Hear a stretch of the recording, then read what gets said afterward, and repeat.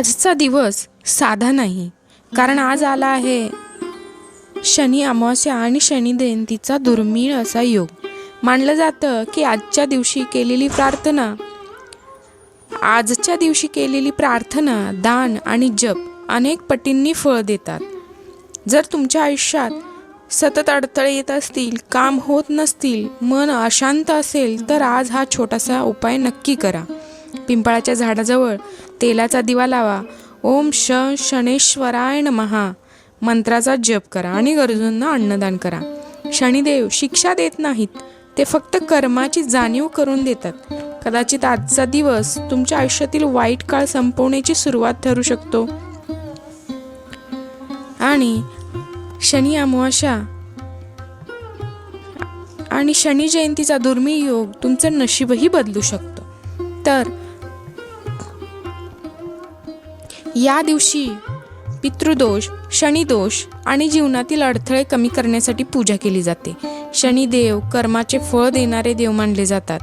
त्यामुळे प्रामाणिकपणा, संयम आणि चांगली कर्मे करण्याचा संकल्प या दिवशी केला जातो. अनेक लोक काळे तीळ, तेल, उडीद डाळ, काळे कपडे यांचे दान करतात. गरिबांना अन्नदान आणि पक्ष्यांना धान्य टाकणे शुभ मानले जाते. हनुमान चालिसा, शनी स्तोत्र, महामृत्युंजय मंत्र जप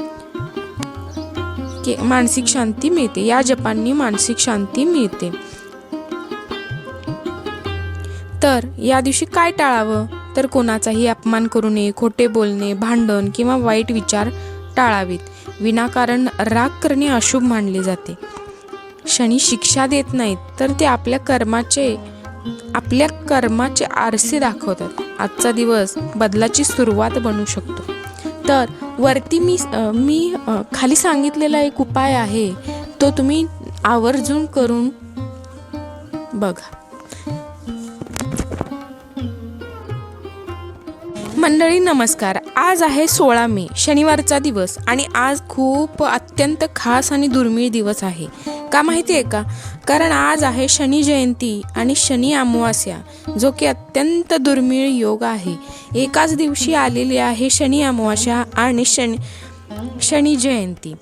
तर हा योग तब्बल 13 वर्षांनी जुळून आलेला आहे. तर मित्रांनो, तुम्हाला माहितीच आहे की शनिदेव जर तुमच्यावर प्रसन्न असतील तर तुम्हाला छप्पर फाडके देतील, आणि जर त्यांचा कोप झालाच तर ते रावाचे रंग सुद्धा बनवून ठेवतील. तर मैत्रिणींनो, आज असा एक तुम्हाला मी उपाय सांगणार आहे, जो की तुम्ही आजच्या दिवशी कराल तर तुमच्या आयुष्याला एक चांगला योग्य तो मार्ग मिळणार आहे.